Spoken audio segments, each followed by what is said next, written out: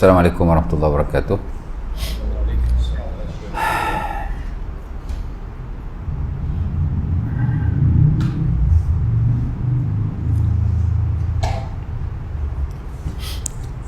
Innal hamdalillah nahmaduhu wa nasta'inuhu wa nastaghfiruhu wa na'udzu billahi min shururi anfusina wa min sayyiati a'malina.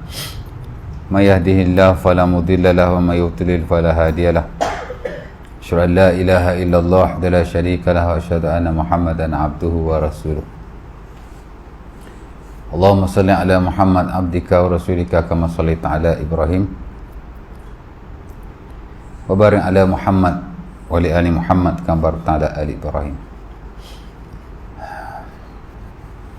Syukur pada Allah Subhanahu wa taala kerana pada kali ini dapat sama-sama kita berkumpul untuk kita sambung pengajian kita. Telah kita tinggalkan beberapa minggu yang lepas di mana kita berhenti hari itu pada bab syarat sah solat, syurut sihatis solat, di mana kita dah bincang beberapa syarat, antaranya Islam, berakal, mumayyiz, suci daripada hadas dan menutup aurat. Dan baki lagi dua syarat lah ya. Itulah menghadap kiblat dan masuk waktu.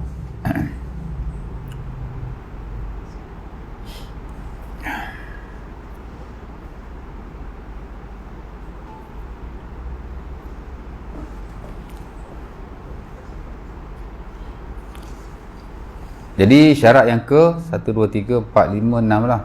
1, 2, 3. Yang 6 menghadap kiblat. Atau dalam istilah Arabnya kita sebut sebagai istiqbalul qiblah. Istiqbalu al-qiblah. Istiqbal maksudnya menghadap, menghalakan badan kita. Al-qiblah, qiblah lah ya. Bahasa Arab dengan qaf, al-qiblah. Bahasa Melayu dengan k lah, kiblat, bukan qaf. Tapi ada setengah buku dia terjemah, dia tulis qaf. Qaf I B lam Qaf I B L E T kan. Tak tahulah bahasa Melayu salah ke betul tapi yang bahasa Melayu betul K I B L E T ya. Jadi menghadap kiblat ialah istiqbalul kiblah, syarat di kalangan syarat-syarat sah solat ya. Secara amnya memang kita digalakkan menghadap kiblat dalam banyak hal, especially yang bersabit dengan ibadah ya. Dalam Quran Allah Ta'ala sebut kiblat ni dalam hak ehwal solat saja. Tuan-tuan boleh rujuk dalam surah Al-Baqarah ayat 144. Sebelum daripada itu 115. Selepas daripada itu 142 ya. Kesemua atau ketiga-tiga ayat itu semua menyebut tentang solat lah ya. Secara khusus, walaupun secara amnya memang kita digalakkan menghadap kiblat dalam banyak hal. Kita nak baca Quran ya, kita nak zikir pada Allah ya, ataupun hal-hal ibadah yang lain, nak doa bahkan ya.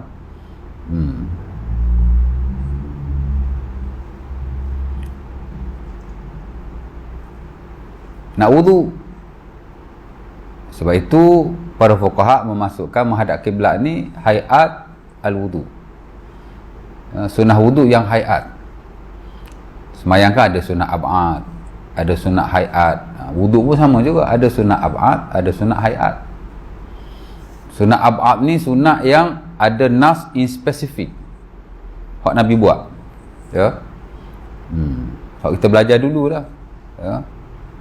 Apa itu sunat-sunat wudu tu kan, baca bismillah, basuh tangan, komo, masuk air ke hidung, hak tu lah ya. Itu ab'ad. Pasal apa ab'ad? Pasal ada nas in spesifik. Memang Nabi wudu, Nabi buat hak tu. Hayat ni pula dia rendah sikit. Sunnah juga tapi nas in spesifik tak ada. Dia nas secara am. Antaranya ialah menghadap kiblat ya. Tak ada riwayat Nabi asal nak wudu je hadap kiblat. Asal nak wudu je hadap kiblat. Asal hadap kiblat je wudu tak ada. Tapi di atas nas yang am yang diriwayatkan daripada Rasulullah sallallahu alaihi wasallam. Antaranya dalam Sunan Al-Baihaqi daripada Ibnu Abbas, di mana kata Rasulullah sallallahu alaihi wasallam, khairul majalis istiqbalul kiblah. Sebaik-baik majlis ialah menghadap ke arah kiblat. Dan juga dikiaskan di atas semayang dan lain-lain ibadah yang digalakkan kita menghadap ke arah kiblat. Jadi dia galakkanlah ya, kita nak wuduk kita ambil kita menghadap ke arah kiblat. Jika kita mampu dan tidak ada unsur-unsur takalluf. Maksudnya kalau kita nak ambil wuduk tu, kalau boleh hadap kiblat, hadap kiblat. Tapi kalau tak boleh, jangan menyusah-nyusahkan. Pergi ke masjid ada kolah, kita cari part yang kita boleh hadap kiblat, itu digalakkan ya. Kan mesti ada satu part yang kita boleh hadap kiblat ya.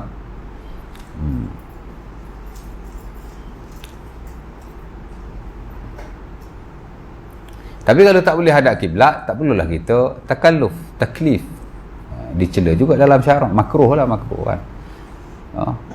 Paip kita tu tak hadap kiblat kan, paip duduk belah sini, kita pun pusing badan kita nak hadap kiblat juga, jadi susah kadang-kadang tu. Tak payahlah, kerana ia cuma hayatul wudu, dia hayat kepada wudu.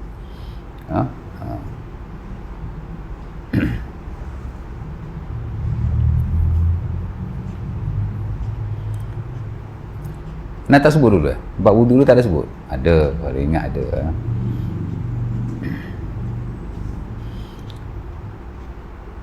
Dan begitu juga ibadah-ibadah yang lain ya. Kalau azan memang ada nas yang menyatakan bahawa digalakkan kita bila azan sunat menghadap ke arah kiblat. Itulah hadis Abdullah bin Zaid. Dalam beberapa riwayat ada tambahan yang mana bila malaikat ajar tu, malaikat naik di tempat tinggi dan menghadap ke arah kiblat. Jadi ada nas lah ya. Tu kita belajar sunat-sunat azan, ada menghadap kiblat tu. Kan dah belajar bab azan dulu kan? Dah ke belum? Dah ke belum? Dah.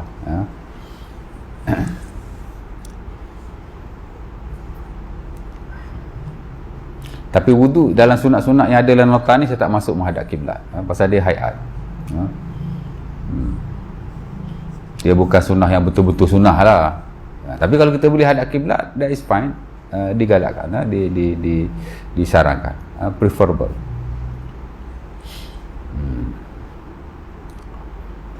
Of course lah kalau kita nak baca Quran, memang digalakkan di sisi majoriti para ulama. Walaupun nas in spesifik tak ada lah, tapi kerana menghadap ke arah tempat yang mulia, kiblat kepada solat kita, jadi kita nak baca Quran macam yang Manawi ajar kan, nak baca zikir dalam Al-Azkar, bila kita dah ada wudu, kita duduk menghadap ke arah kiblat, kemudian kita berzikirlah kepada Allah Subhanahu Wa Taala.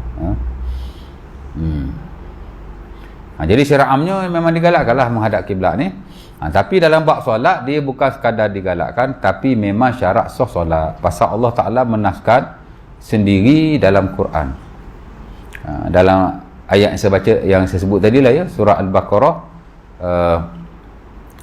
144 tu, kata Allah Subhanahu Wa Ta'ala, qad nara taqalluba wajhika fis sama' falanwalliyannaka qiblatan tardaha fawalli wajhaka syatral masjidil haram wa haitsuma tuwallu wa haitsuma kuntum fawallu wujuhakum syatrah.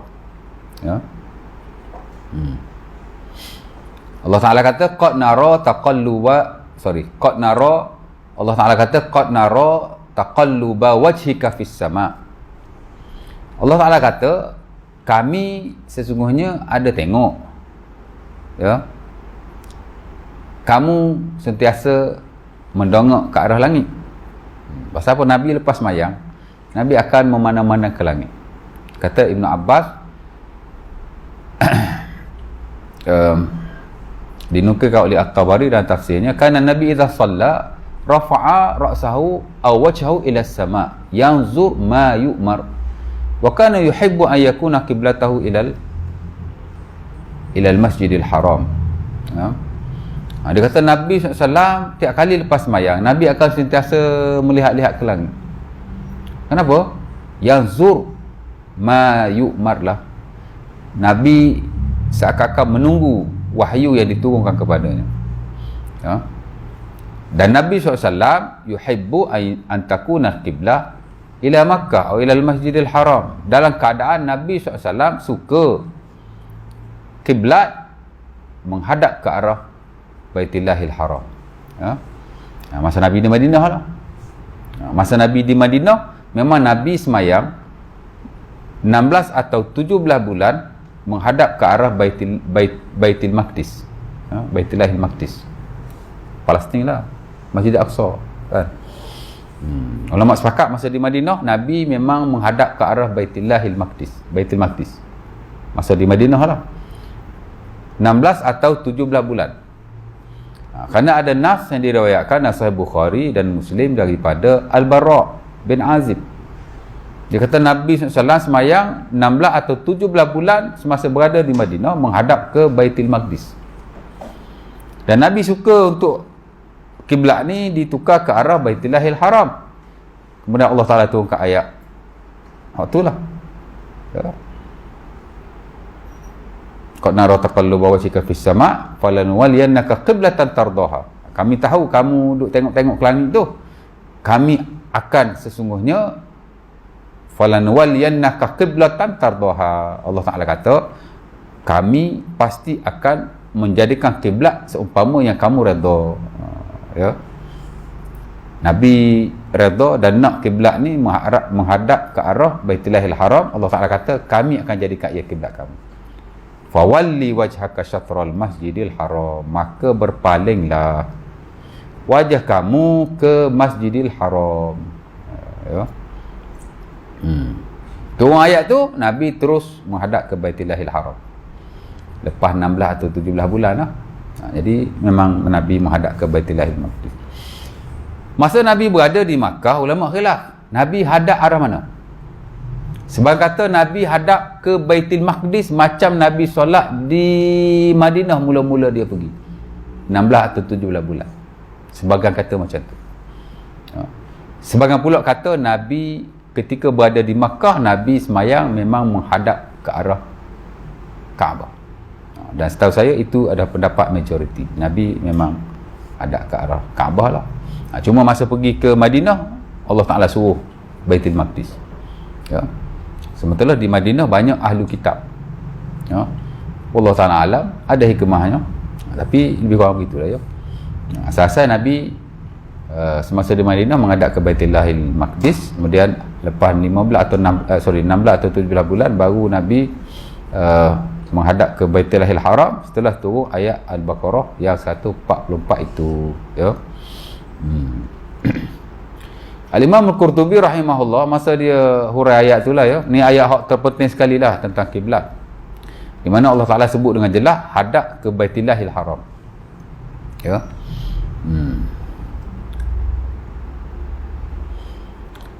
Kata Al-Qurtubi, Allah Ta'ala kata fawalli wajhaka syatral masjidil haram.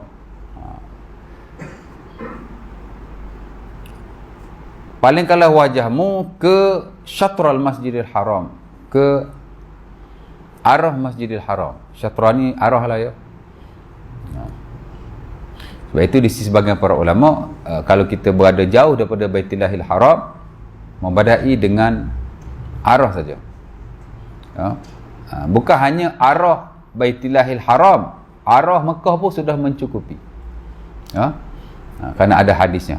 Antaranya daripada Ibn Abbas dalam Sunan Al-Baihaqi, walaupun ada masalah sanad sikit. Kaabah bagi orang yang berada di sekitar, dia nampak Kaabah, dia kena hadap Kaabah lah.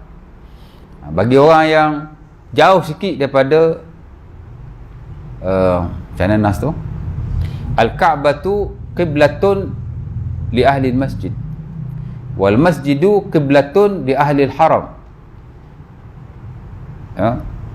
wal haramu qiblatun li ahli al-ardi min ummati li masyarikiha wa magharibiha. Atau kama qala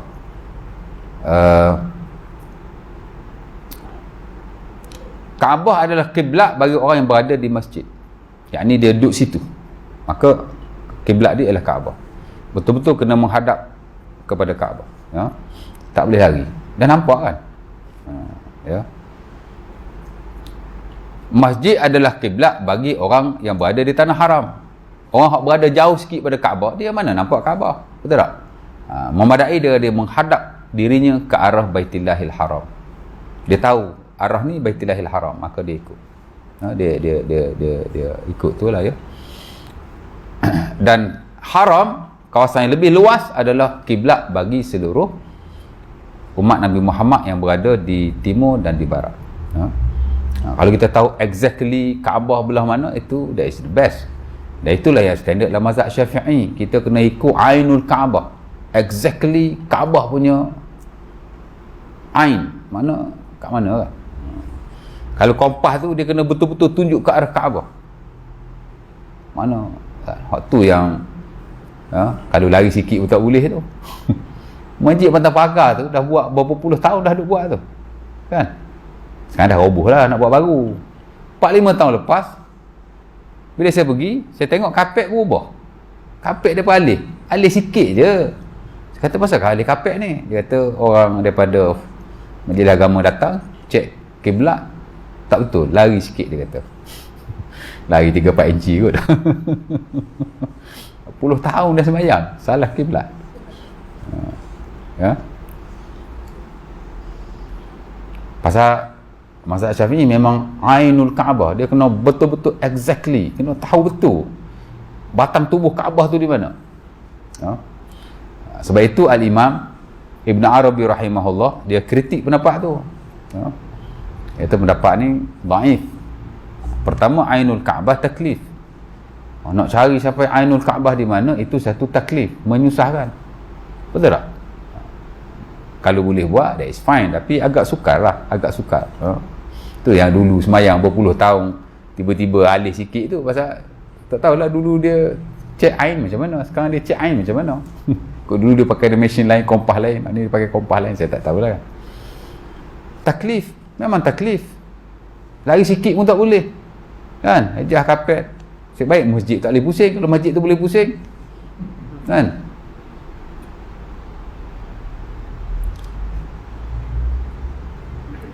Yang kedua dia kata kerana perkataan syatar sudut bahasa ialah jihah, bukan ain. Jadi dia muafiq li kitabillah, muafiq li lughah, dia bertepatan dengan bahasa. Syatar tu mana jihah atau tilqa, dan dia juga menepati dengan ayat Quran. Jadi dia kritik bab tu lah. Tapi tak apalah, masing-masing ada pendapat masing-masing kan. Yang kedua, Allah Ta'ala menaskan Al-Masjidul Haram. Jadi maksudkan Al-Masjidul Haram di sini ialah Kaabah lah. Kaabah, bukan masjid tu, bukan Masjidul Haram tu, tapi Kaabah tu sendiri. Tapi Allah Ta'ala menggunakan perkataan Al-Masjidul Haram kerana kemuliaan masjid yang berada, yang Kaabah berada di dalamnya. Jadi diguna perkataan itu. Kemudian banyaklah isu-isu yang dibahaskan dalam bab kiblat ni. Hatta bila kita semayang, kita nak hadap muka kita ke mana? Juga dibahaskan oleh para ulama base kepada ayat berkenaan. Ya. Sebagai ulama kata bila semayang, tengok bawah kan. Mazhab Syafi'i, Abu Hanifah, Hanafi, ya. Al-Imam Ats-Tsauri pun dia kata semayang ni tengok sujud lah, tempat sujud lah. Adalah nas-nasnya tu. Tapi sebagai ulama dia kata, sebagaimana kita menghadapkan badan kita ke arah kiblat, mata dan wajah kita pun kena hadap ke arah kiblat. Allah Ta'ala pun kata, fawalli wajhaka syatrul masjidil haram. Hadapkan wajahmu ke Baitillahil Haram. Jadi dia kata kalau kita hadap wajah ke Baitillahil Haram, kalau kita tengok ke bawah macam tak apa nak tepat.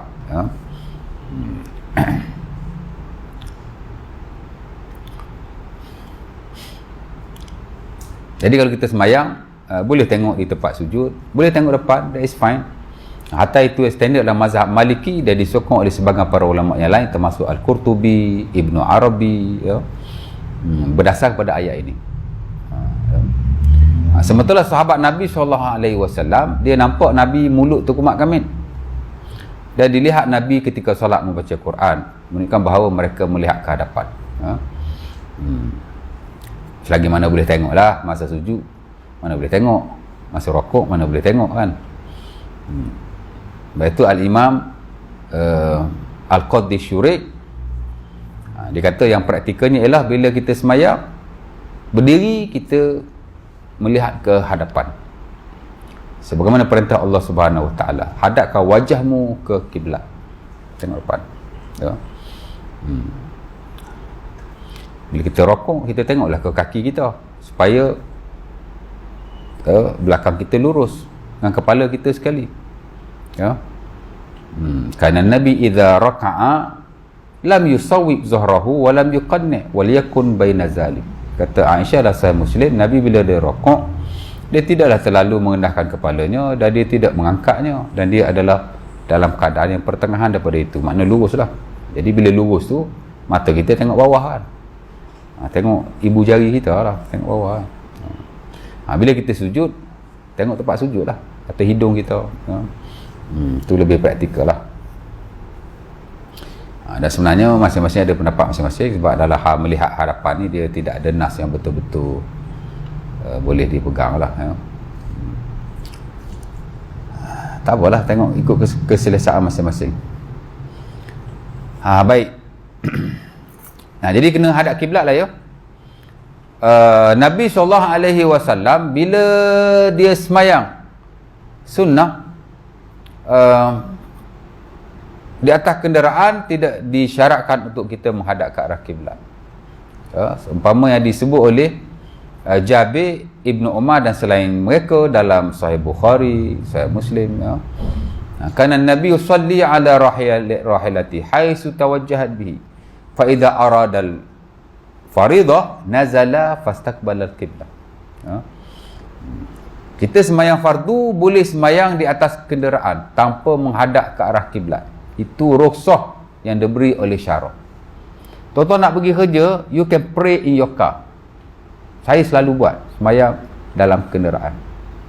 Saya subuh-subuh pergi kuliah subuh ke apa ingat ustaz ni bangun awal ke? Sampai awal ke? Tak ada. Saya sampai-sampai dah komat. Habis tu bila saya nak semayang sunat wudu? Dalam kereta kan.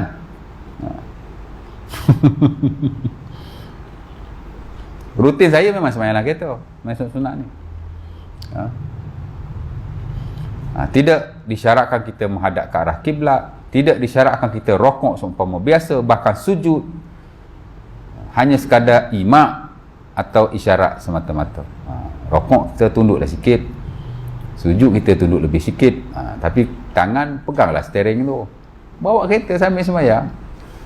Seronok kan.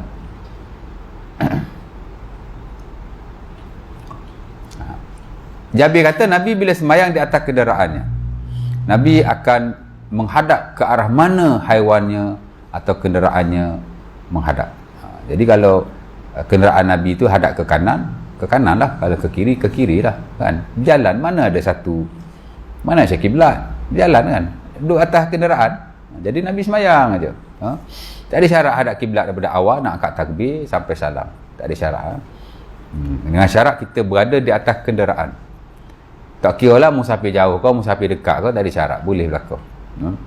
Hak musafir, betul-betul musafir ni qasar saja kan. Takat nak sembahyang sunat atas kenderaan, tak ada syarat musafir ya. Tuan-tuan keluar nak pergi kerja dekat Sungai Buloh dah boleh kan. Keluar saja nak isi minyak ke apa, boleh dah tu, mayang je kan ya. Tak khusyuk lah semayang atas kereta. Boleh semayang jadi Jabir kata Nabi bila semayang sunat di atas kenderaannya, Nabi semayang je lah.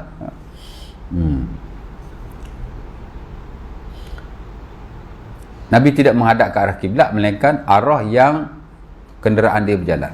Dan of course lah, rokok, sujud, mana boleh rokok macam biasa duduk atas unta kan, mana boleh sujud macam biasa. Imak lah dia panggil imak. Imak ni mana kita rokok tunduk sikit, kita sujud kita tunduk lebih sedikit kan. Tapi bila Nabi nak semayang fardu, fa iza arada al-faridah nazala fastaqbala al-qiblah. Bila Nabi nak sembahyang fardu, Nabi akan turun dan Nabi akan menghadap ke arah kiblat. Kiblat ni dia tak ada rukhsah untuk solat fardu. Mesti menghadap ke arah kiblat, melainkan dalam keadaan yang darurah baru boleh. Ya.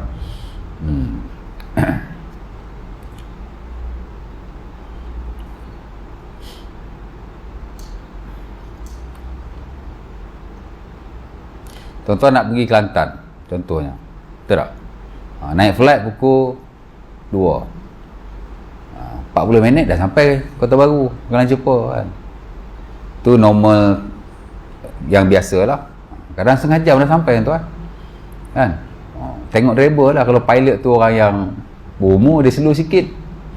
Kalau pilot tu orang muda, half an hour dah sampai dah kan. Saya baru naik, buka handphone sekejap je, baru nak rehat, dah nampak dah camp 90 kat bawah tu. Laju betul. Bila tengah parking kan, keluar-keluar driver muda lah, patut laju. Boleh sembahyang atas kapal terbang. Kapal terbang ada kiblat tak? Habis tu so sembahyang Syekh biasa buat. Syekh kena roda balik tu. Sebaik-baiknya kita tak sembahyang di atas kenderaan yang tidak menghadap ke arah kiblat kalau kita ada masa untuk sembahyang dalam waktunya. Hatta kalau Ibnu Utsaimin, kita lihat dalam fatwa dia, hatta kalau kita waktu lebih jauh tapi kita boleh jamak, lebih baik kita jamak, kerana untuk mencukupi syarat-syarat solat, antaranya ialah menghadap ke arah kiblat. Dari sini ada khilaf lah, ada ulama kata masuk waktu sembahyang je. Allah Ta'ala kata ittaqullah mastata'tum dalam Quran surah At-Taghabun ayat 16, bertakwalah kepada Allah setakat kamu mampu kan. Solat di awal waktu dalam mana-mana keadaan kita mampu, itu lebih baik daripada kita menangguh, melewatkannya atau menjamakkannya. Ya. Ada yang kata macam tu, Syekh Sulaiman Najib dalam fatwa dia kata macam tu.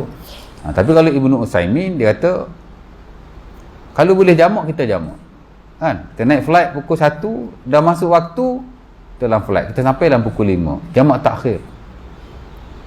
Saya sembahyang dulu, jamak takhir, sembahyang secara sempurna. Itu lebih baik katanya.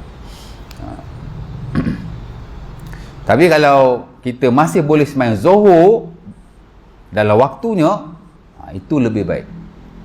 Sama ada kita sembahyang before kita naik kapal terbang ataupun setelah kita turun daripadanya. Kerana itu bukan darurah, bukan darurat. Sembahyang fardu wajib hadap kiblat, kapal terbang tak hadap kiblat. Mungkin adalah pendapat yang kata boleh, kerana itu yang kita mampu pada waktu itu. Biasa guna ayat Quran tu lah, ittaqullah mastata'tum idza amartukum bi syai'in fa'tu minhu mastata'tum. Tapi kalau kita lihat pendapat ulama yang ramai dan kita lihat nanas yang ada, sembahyang fardu ni mesti mencukupi syarat-syaratnya dan tidak ada rukhsah untuk hadap kiblat melainkan darurat. Kalau boleh hadap kiblat, hadap kiblat. Waktu masih ada, tangguh sedikit, lewat sikit lah, tapi kita sembahyang masih dalam waktu, itu lebih baik. Itu lebih baik.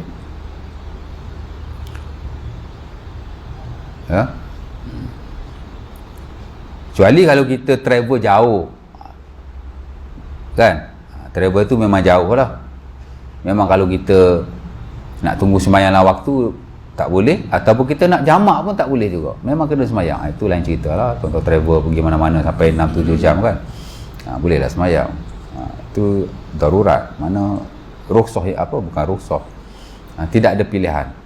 Tapi as long as kita boleh sembahyang menghadap kiblat, kita kena sembahyang menghadap kiblat. Itu pendapat yang paling kuat lah.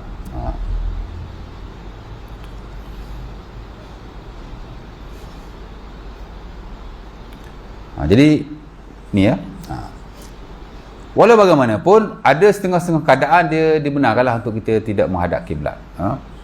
Pertama, al-ajiz, orang yang tidak mampu. Ya, orang yang tidak mampu. Kau kata kalau sembahyang atas kapal terbang,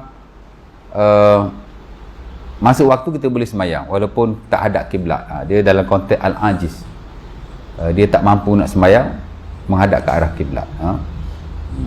Itulah dia kata boleh tu. Hak kata boleh tu dia masuk dalam dia panggil waktu-waktu yang kita boleh untuk tidak menghadap ke arah kiblat. Ada 4. Pertama, al-ajiz, kita tidak mampu. Naik kapal terbang mampu lah. Mana mampu, kapal terbang dia ikut dan dia je kan.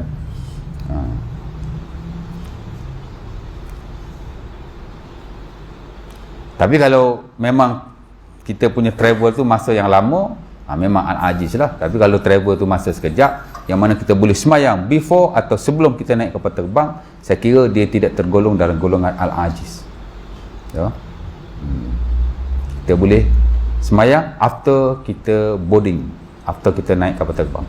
Dah turun semayang. Dan Allah Ta'ala sebut dalam Quran, dalam surah At-Taghabun ayat 16, ittaqullaha mastata'tum, bertakwalah kamu kepada Allah setakat yang kamu mampu. Ayat ni walaupun dia pendek tuan-tuan, dia banyak digunakan pakai dalam hal darurat lah, macam semayang ya. Dalam hal yang lain pun kita tak ada air, tak ada tayamum, sebagai ulama kata tak wajib solat pasal tak cukup syarat.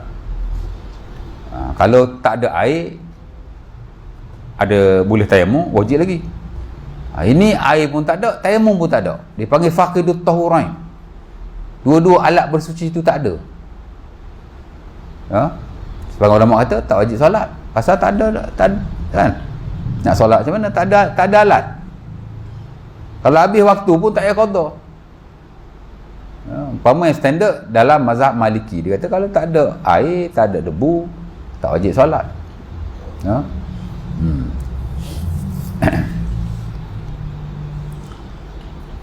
Sebab kata wajib solat tapi dia tak boleh solat, kena tunggu sampai ada air atau debu, kemudian dia kena qada balik sembahyang yang dia tidak solat. Mana tak boleh sembahyang lah, tak boleh sembahyang, tapi bila sembahyang esok dia kena qada.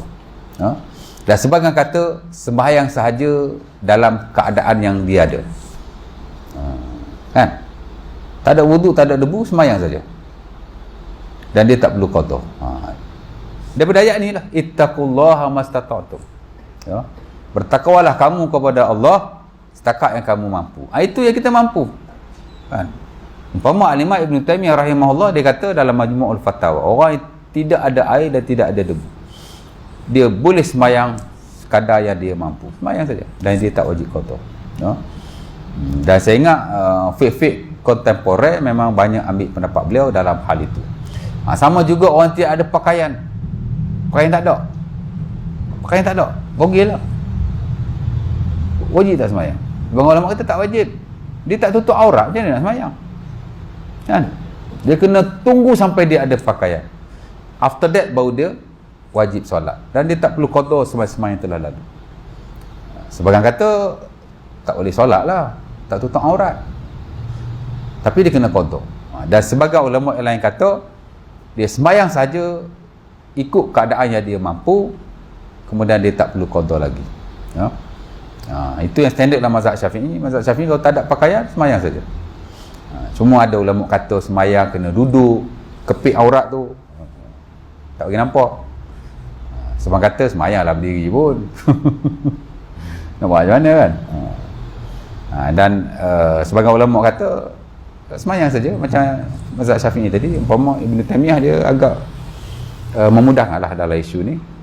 Faqidut tahurain, orang yang tidak ada air dan tidak ada debu, orang yang tidak ada pakaian, dia sembahyang saja ala halih, yusalli ala halihi wa lam yakti, sembahyang ikut yang dia mampu dan dia tak perlu qada. Pasal Allah Taala kata ittaqullaha mastata'tum, kamu buat setakat yang kamu mampu. Ini saja yang aku mampu. Nabi pun kata idza amartukum bi syai'in fa'tu minhu mastata'tum, kalau aku suruh buat kalau aku suruh kamu buat satu perkara, buatlah sekadar yang kamu mampu, kan. Itu saya pergi kursus dengan JAKIM before PKP lah. Ada seorang NGO ni, dia serve orang di hospital-hospital kerajaan. Saya tak ingatlah nama NGO tu, tapi mengikut pemerhatian dia punya observation, memanglah tak ada research yang ni, tapi dia serve orang kat hospital, kan. Banyak NGO yang buat kerja amal ni. Mengikut penelitian dia lah, ramai orang tak sembahyang di hospital, tak sembahyang, ya. Dia kata dalam 10 orang, seorang je sembahyang. dia boleh kata only 10% orang yang semayang. Orang lain tu tak semayang. Terutama orang yang sakit-sakit kronik memang tak boleh bergerak duduk atas katil, tak semayang. Jadi dia pula ajar, bagi tahu kena semayang. Semayang sekadar yang kita mampu. Banyak sebab lah. Pertama, tidak tahu. Tak tahu. Dia ingat bila nak semayang, kena pergi ambil wuduk kat bilik air, kena duduk atas tikar sejadah. Dia tak tahu atas katil dia tu boleh semayang. Nampak? Sebab itu fiqhut taisir, the fiqh of simplicity penting. Fiqh hak ruksah-ruksah ni kita kena belajar, kan? Semayang lah. Ambil wuduk bukan semua wajib pun, kan? Tak boleh ambil wuduk tu, dinding hospital tu tak boleh buat tayamum. Mazhab Syafi'i kena tanah, bawa mari kan, bekas tanah beli ke apa. Memang tak semayang lah, kan?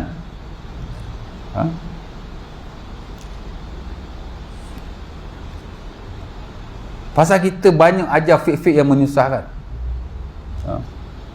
Tak ada fiqh-fiqh yang memudahkan.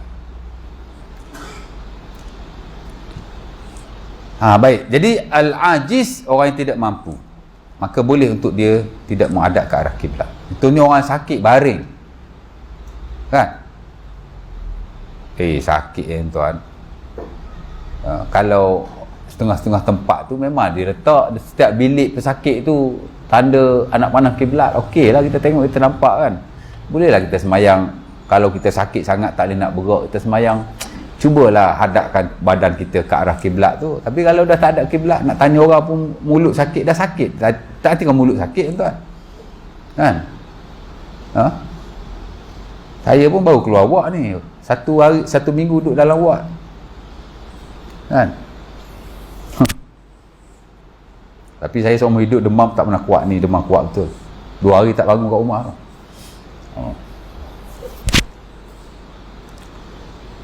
Bangun semayang Zuhur, bangun semayang Maghrib, jamak dengan Isyak, tidur. Jaga-jaga subuh, bangun semayang subuh, tidur.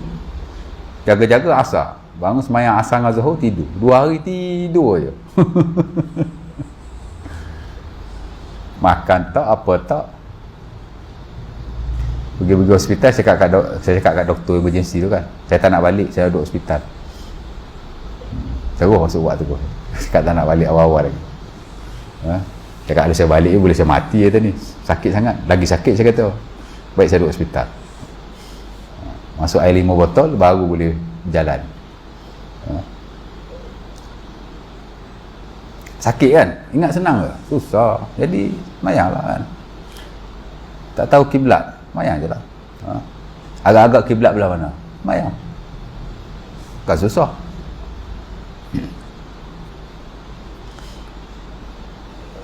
Tapi kalau kita boleh dapatkan info kat mana kiblat, wajib lah. Ini dia sakit ni tuan-tuan, bukan fizikal saya sakit, emosi pun sakit tau. Nak bercakap dengan orang pun malas, kan?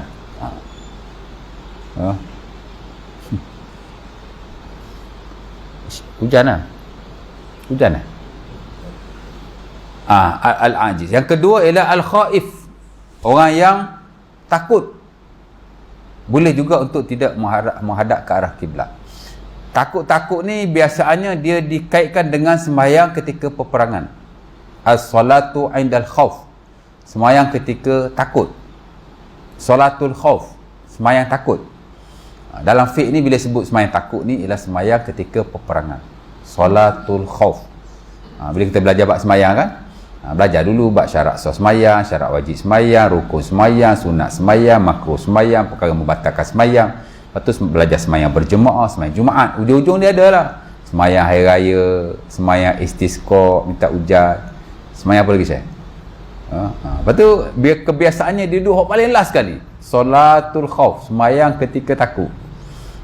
Merujuk kepada sembahyang ketika peperangan. Sembahyang ketika perang, waktu tak berperang, sembahyang mesti macam biasa. Cuma ada tata caranya. Dalam syarak tak kurang daripada 5 atau 6 cara Nabi SAW dan para sahabat sembahyang.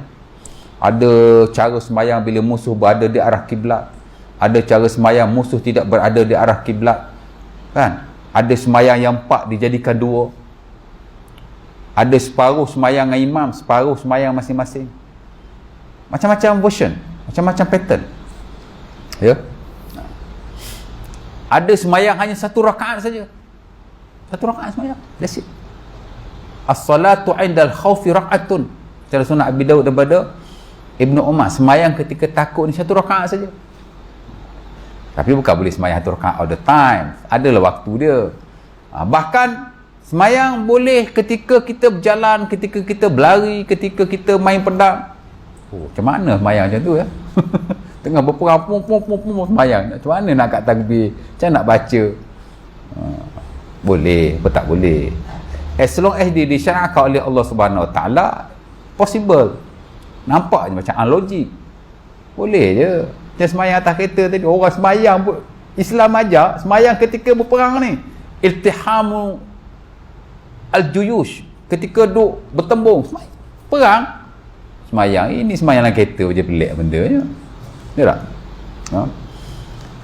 Fa in khiftum farijalan aw rukbana. Kata Allah Taala dalam surah Al-Baqarah ayat 100 apa? Tak ingat. Cek balik.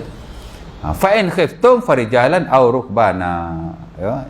Jika kamu takut, maka kamu bolehlah, yakni ketika peperangan lah, kamu bolehlah solat ketika fa in khiftum farijalan aw rukbana. Jika kamu takut, yakni ketika peperangan, bolehlah kamu solat ketika berjalan dan ketika menaiki haiwan.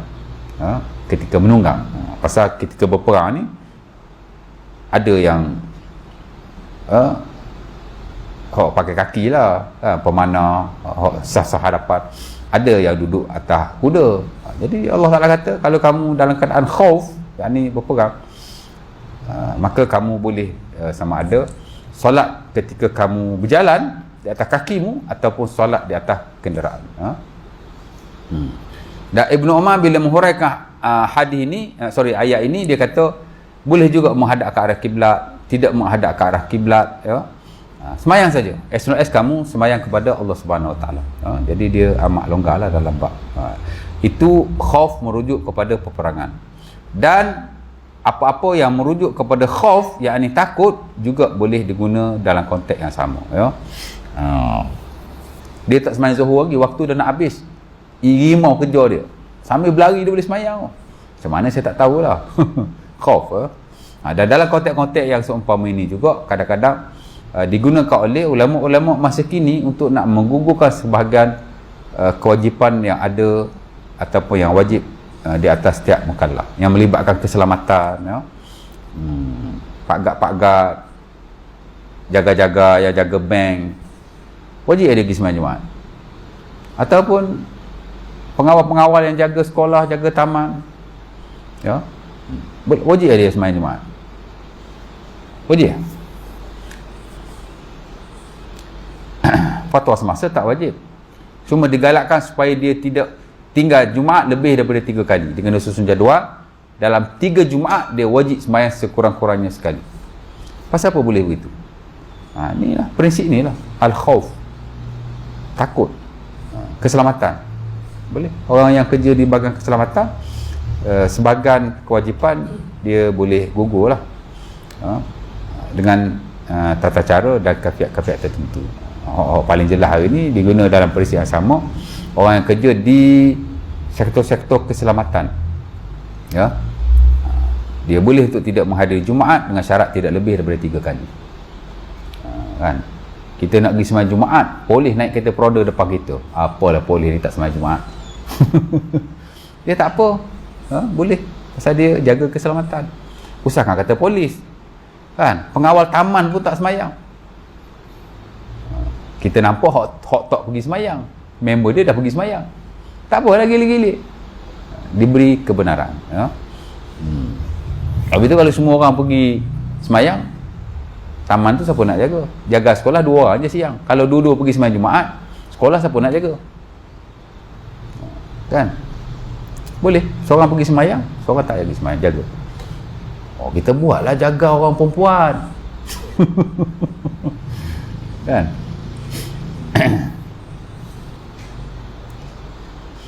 Ada pemimpin, dia ada bodyguard, polis trafik ke apa, time dia semayang Jumaat, polis 3-4 orang duduk di pintu hadapan tak semayang, cegah. Kan? Bagi orang tak faham fik-fik kontemporer yang berasas kepada isu-isu keselamatan, dia akan kata lah, polis pun tak semayang lah dulu. Tak apa. Pasal dia jaga keselamatan individu tertentu. Dia beri rukhsah. Ya. Boleh lah. Tapi jangan sampai 10 orang tak semayang jaga seorang menteri contohnya. Kan? Kena tengok juga ya. Baik. Al-khaif tadi al-ajiz tak mampu, yang kedua al-khaif ketika peperangan atau yang melibatkan takut atau seumpamanya ya. Bolehlah dia untuk tak menghadap ke arah kiblat.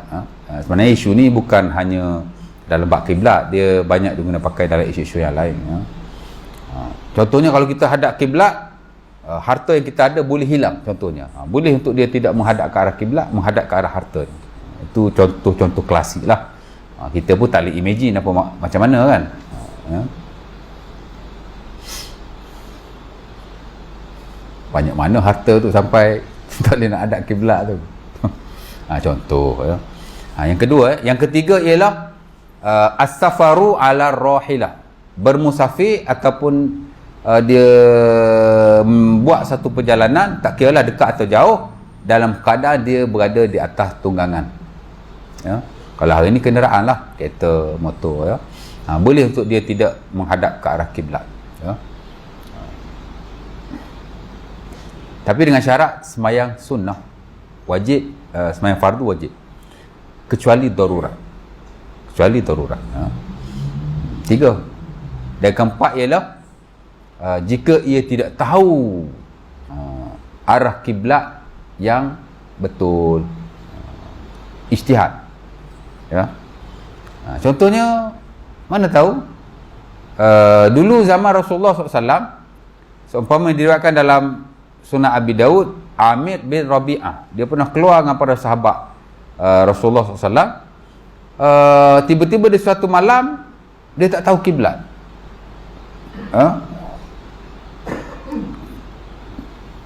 Dia keluar dengan Nabi, tapi tim lain-lain lah. Kharajna ma'an Nabi fi safar fi lailatin muzlimatin syadidaz zulmah. Kami pernah keluar dengan Nabi pada suatu malam.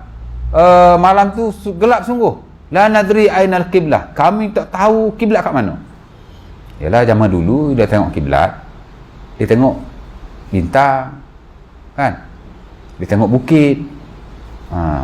Menentukan arah kiblat zaman dulu macam-macam. Kadang dengan bintang. Tapi kalau dah mendung, nak tengok bintang kat mana? Kadang bulan kan. Macam kita hari ni tengok kiblat matahari, kok mana matahari jatuh, itulah kiblat kita. Tapi kalau hari tu matahari tak ada, saya nak tengok. Contoh lah ya. Zaman dulu tengok bukit, bintang, bulan, angin. Zaman dulu angin pun boleh tahu tu. Saya pun tak boleh imagine macam mana. Dengan angin tu dia boleh tahu kiblat kat mana. Tapi waktu tu semua tak tahu. Tak ada benda yang boleh orang kata apa? Tak boleh. La nadri ainal qiblah. Kami tak tahu kiblat kat mana. Jadi apa depa buat? Fayusalli kullu ahad minna ala hiyali.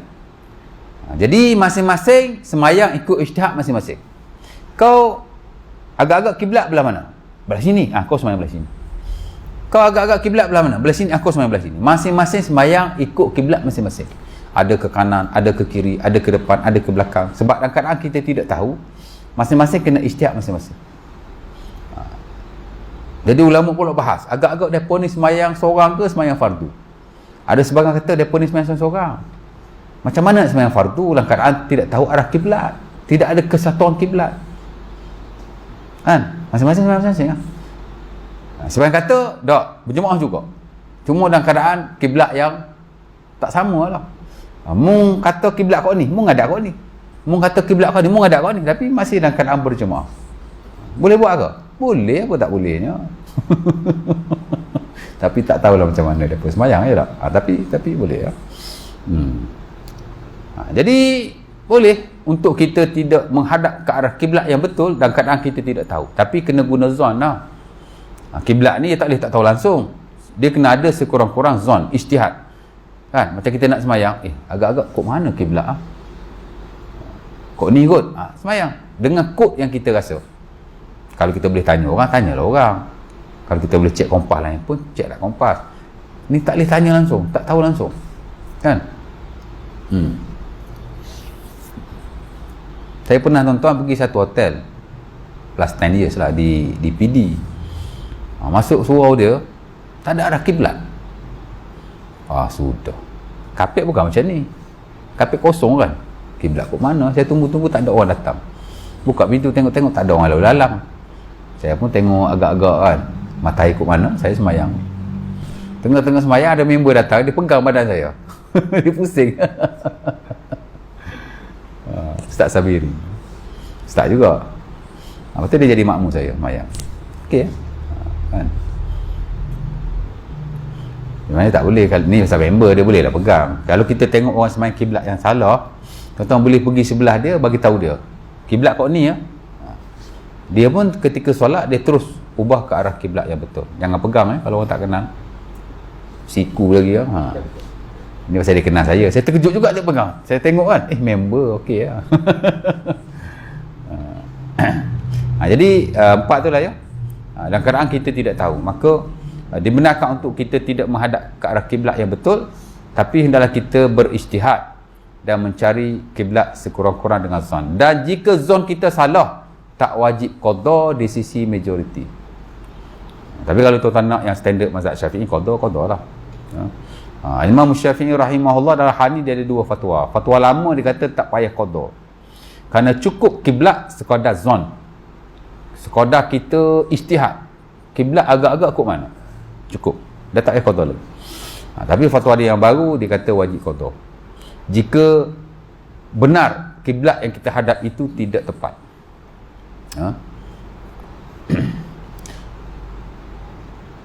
Tapi pendapat yang kuat ialah tak perlu qada. Di atas banyak nas daripada Quran dan hadis Nabi SAW. Hak paling kuat itulah ittaqullah mastata'tum. Kita beramal sekadar yang kita mampu. Dalam fiqh benar kita ijtihad untuk kiblat. Kita ijtihad. Dan of course lah hadis Amir bin Rabi'ah, Nabi SAW diberitahu selepas dia solat, kami semayang cara masing-masing. Tak tahu kiblat ke mana. Nabi tidak suruh mereka untuk mencari kiblat yang betul selepas itu. Nabi tak kata, mau kena cek balik kiblat ke mana, lepas tu muqaddah. Tak ada. Nabi mendiamkan sahaja dan tidak menyuruh sahabat untuk semak kiblat yang betul dan qada akan semayang mereka. Dan of course lah itu yang lebih memudahkan. Kan? Nak qada belaka macam mana tak? Dan saya kira banyak benda-benda yang standard hatta dalam mazhab Syafi'i pun tuan-tuan kita pun tak buat. Mazhab Syafi'i tuan-tuan, kalau tuan-tuan belat, apa dia panggil? Patah tangan ke apa balut tu dia panggil apa? Orang Kelantan panggil belat, orang panggil apa? Bandage. Itu bukan bandage. Ni yang simen tu. Bandage pun sama juga, bandage. Bandage boleh lah, tapi okey, tuan-tuan kalau patah, tuan-tuan balut, macam mana tuan-tuan semayang? Tak payah patah lah, luka lah. Alah, cukup tuan-tuan masuk hospital ward seminggu, doktor injek, masuk ambil darah, dia terus ikat, dia tampal tu. Seminggu mana buka kat situ? Macam mana tuan-tuan semayang? Ke tak pernah masuk hospital? Tak pernah ambil darah duduk situ seminggu, benda yang darah tu? Tak pernah? Macam mana tuan-tuan semayang? Cerita sikit saya. Kita masuk ward, dia cucuk darah kan, dia nak masuk air ke apa, dia tampal kertas kat situ. Separuh tangan kita ni dah ditampal dengan bandage kertas tu kan. Seminggu lah duduk situ. Selagi tuan-tuan tak keluar wad, duduk kat situ lah benda tu. Dia nak masuk air, nak masuk ubat. Macam mana tuan-tuan semayang? Tayamum. Ambil wuduk macam biasa, lepas tu tayamum, lepas tu semayang. Ke tuan-tuan tak semayang? Macam mana semayang? Bismillah.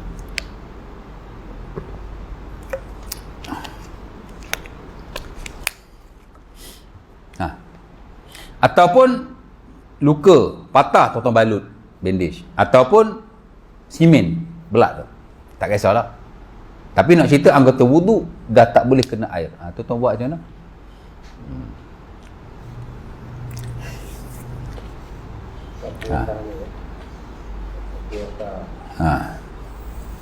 Hot standard, of course mazhab Syafi'i, ialah tuan-tuan kena wudu, tempat yang tuan-tuan boleh wudu tu, kan, tuan-tuan ambil wudu tu, tempat yang bandage tu, tuan-tuan sapu saja di atasnya, kalau boleh sapu. Kalau tak boleh sapu, tak payah, wudu saja tempat yang tuan-tuan boleh wudu. Kemudian tuan-tuan kena tayamum, wajib tayamum. Sebenarnya tayamum ni boleh before wudu, boleh after wudu, boleh ketika wudu. Macam mana before wudu? Tuan-tuan sebelum wudu, tuan-tuan ambil tayamum dulu, after that baru tuan-tuan wudu. Tempat yang tak boleh kena air ditinggalkan. Kalau boleh di sapu di atasnya, sapu. Tak boleh sapu, biarkan. Tapi macam tu. Yang kedua, wudu, tayamum after wudu. That means tuan-tuan wudu dulu, yang ni ditinggalkan atau disapu di atasnya jika boleh. After that baru tuan-tuan tayamum. Wudu dulu, tayamum. Ataupun di tengah-tengah pun boleh juga.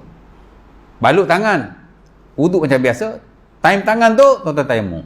Lepas tu sambung lagi wudu di tengah-tengah wudu. 3 cara tu lah. Ya.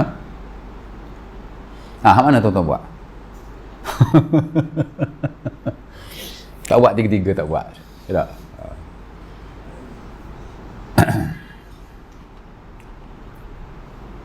Itu satu cara lah. Itu satu cara. Tapi 3 cara lah. Mana dengan bertayamum sambil wudu. Sama ada before wudu, tayamum tu, atau ketika wudu, ataupun selepas wudu, tayamum tadi. Itu satu cara. Yang kedua ialah tuan-tuan wudu macam biasa, atas tu tuan-tuan sapu saja. Kalau boleh sapu. Kalau tak boleh, ditinggalkan. Dan tak perlu tayamum. Cukup dengan satu wudu saja. 2.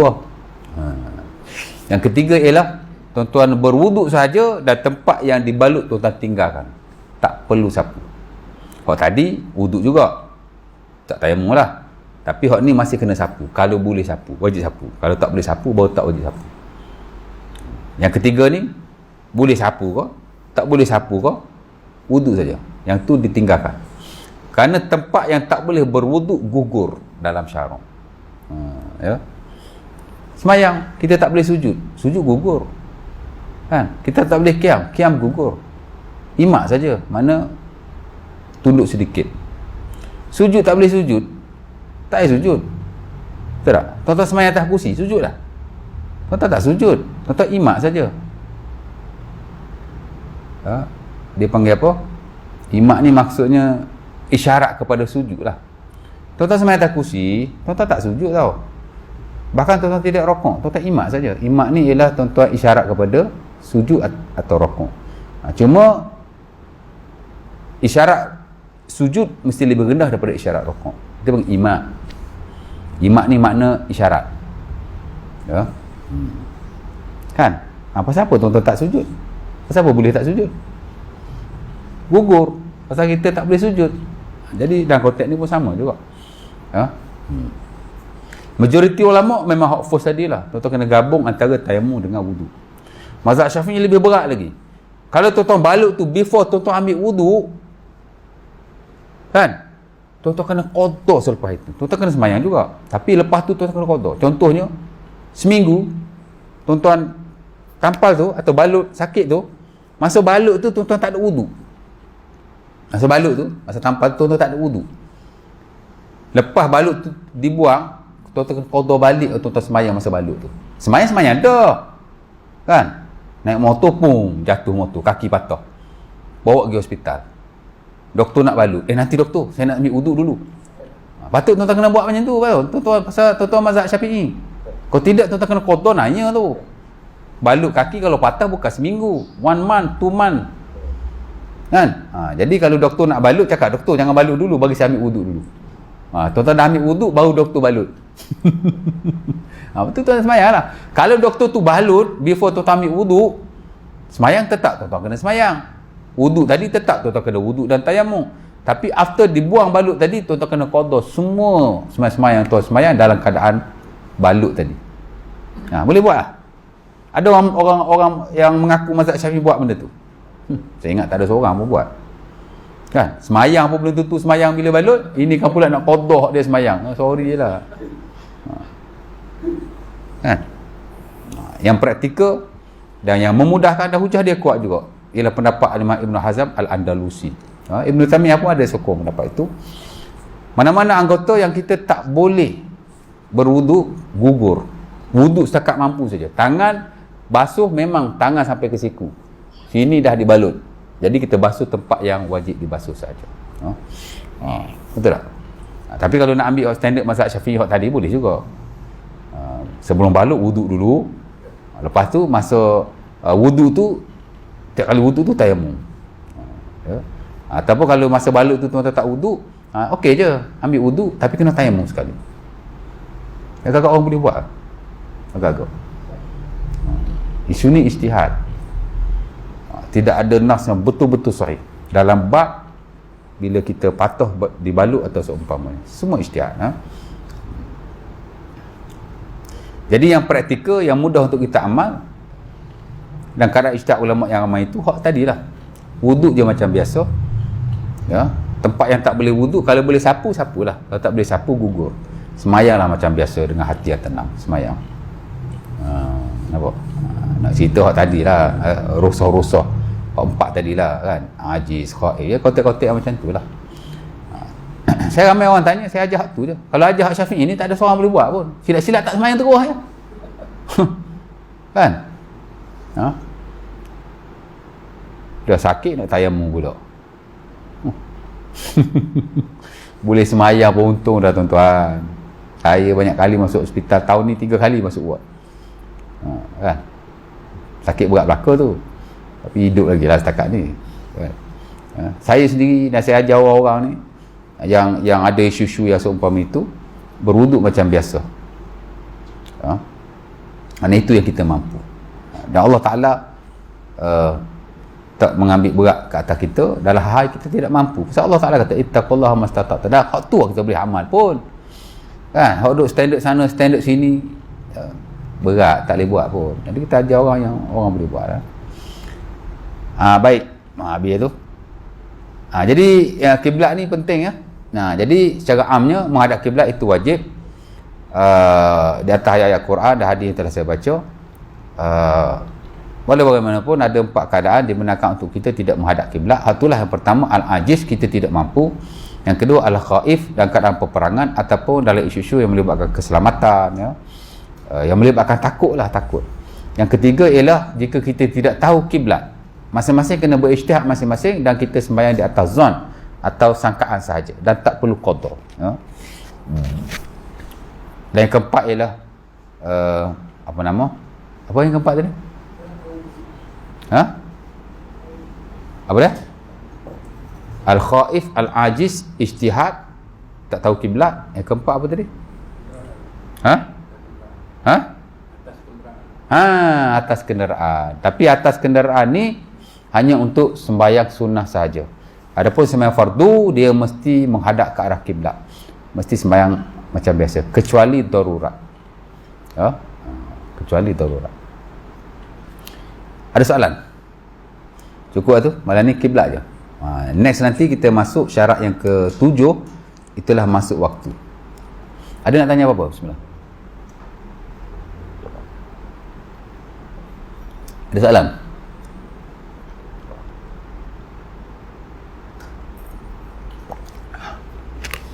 Tak ada? Kalau kita sembahyang, mula kita menghadap kiblat. Lepas tu bila kata kita jumpa sembahyang tabut lah. Kita sembahyang tabut. Sembahyang tabut.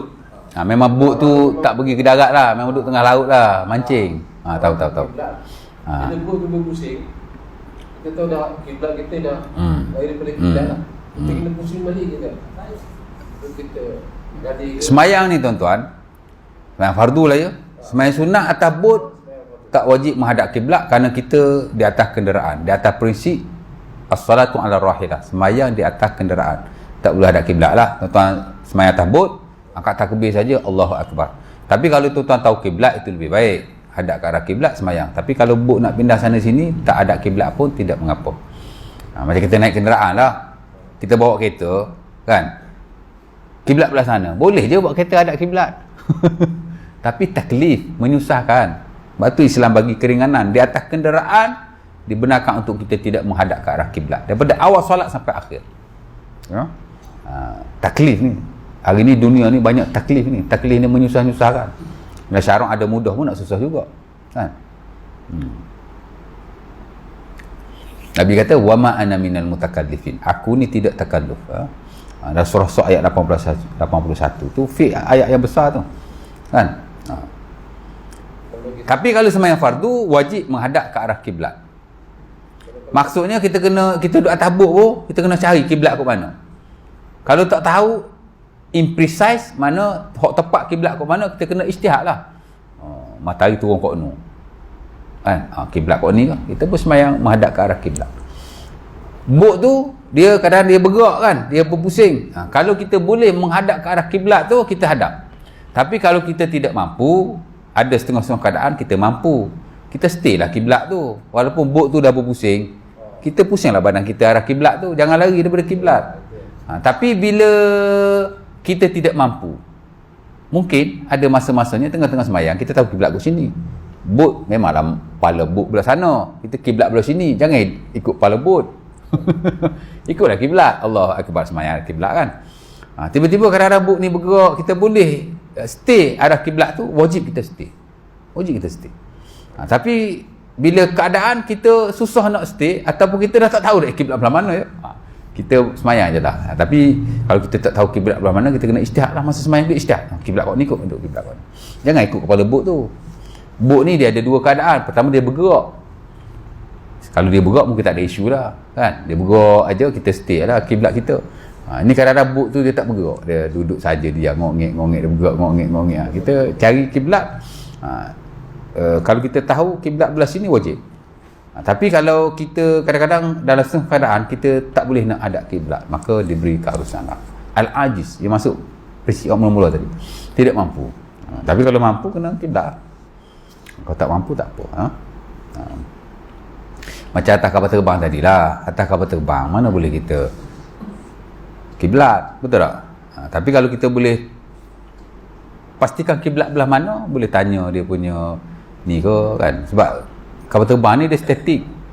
Kalau dia menghadap sana, dia hadap sana je kan. Kalau kita boleh tanya kiblat belah mana, kan ada tanda kiblat dalam kapal terbang. Kalau ada ruang semayang lah, ada setengah kapal terbang ada ruang semayang kan, mana ada arah kiblat, kita boleh tanya kita. Kalau tak boleh tanya, kita agak-agak kiblat belah mana, semayang ke arah itu saja. Dia masuk dalam al-ajiz, tak mampu, tak apa.